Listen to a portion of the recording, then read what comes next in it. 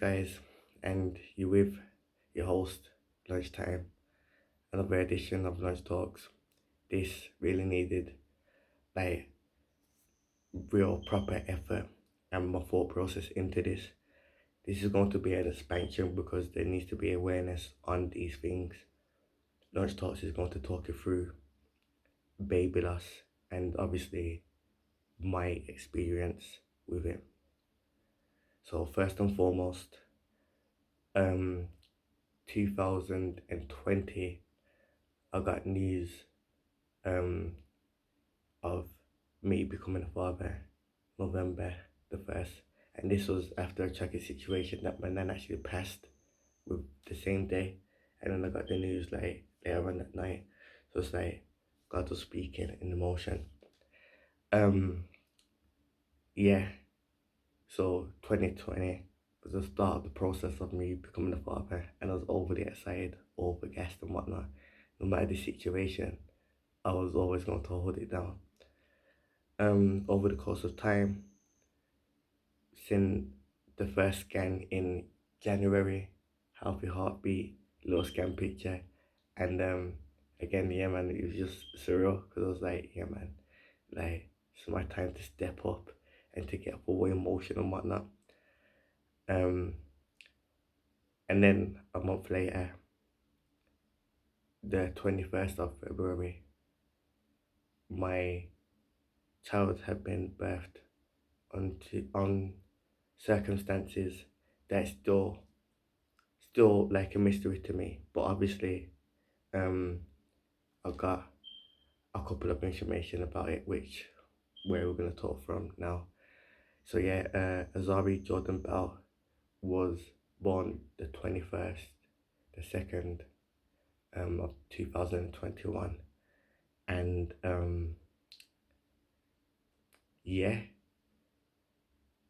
she came the same day and she left the same night. Um, and obviously I'm still in the process of like how to cope with it. So 3 years ago, but we're gonna take on a little journey of like the lunchtime um experience with it and everything else. So yeah, but at first, Dad assumed that it was a boy.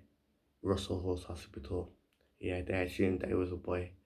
Um, my partner at that given time had gave birth on a COVID ward.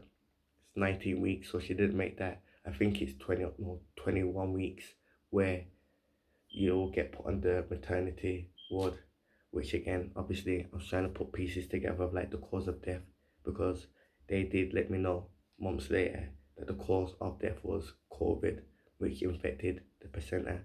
But my partner at the time had been placed in a COVID ward with, I'm not sure if uh, they had tested her and she was positive for COVID at that moment in time that she had went there, because there was a couple complications. Obviously, she had pain. That's why she ended up in the hospital in the first place, to do collective checks and stuff like that. When they did the checks, um, they said that yeah, the Thursday there was a healthy heartbeat and whatnot.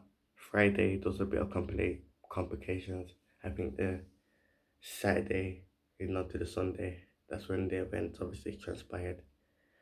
Um, and yeah, like just after it was just a whole toll on my mind, my body, physically and mentally. Um, like we was trying to process these emotions, and I'm not gonna get really into everything else that happened negative afterwards. But we was trying to raise some awareness due to this from like the NHS, and have put together a like hour long video about speaking on this experience. At first, I didn't want to do the video or whatnot, because at the end of the day, it was still fresh to me. I didn't know nothing about what was happening, and I needed to process these things and whatnot. Um, but what I can say is that when I'm doing my research and everything else after it, because I'm not going to be too much talking in depth of the actual situation is for another video on another day. But because we're really focusing on the loss and how it impacted me and my mental state, me as a man, it did damage me, and it did like make me become a whole different person. I like to think before that like I've always been like a character and whatnot, but like this really set me into tone, and I feel like it ripped a piece of my heart out, my chest. I become cold, darker, and my demeanor was just like not having a sense of care in the world. And like, yeah, I was in conflict with a lot of people, and I didn't have a collective break from social media, which I feel like is important if you're going through some emotions and whatnot. Obviously, try to use it for better tools of how to cope with these things and whatnot. But now I'm using like the social apps, Instagram and whatnot, this that, drawing myself to negativity and being accustomed to it while my mind needs to heal. And at this current collective time, I was always trying to deny this card of like, um, yeah, I don't have like mental health issues or whatnot, this, that. But in actual truth, my mind was ill, it was sick, of course it is. I don't feel like a victim towards it now, but don't try to put those jackets on me and whatnot. But my mind wasn't healthy and it needed a breathing space. And I developed things that I probably didn't have in my life, like anxiety.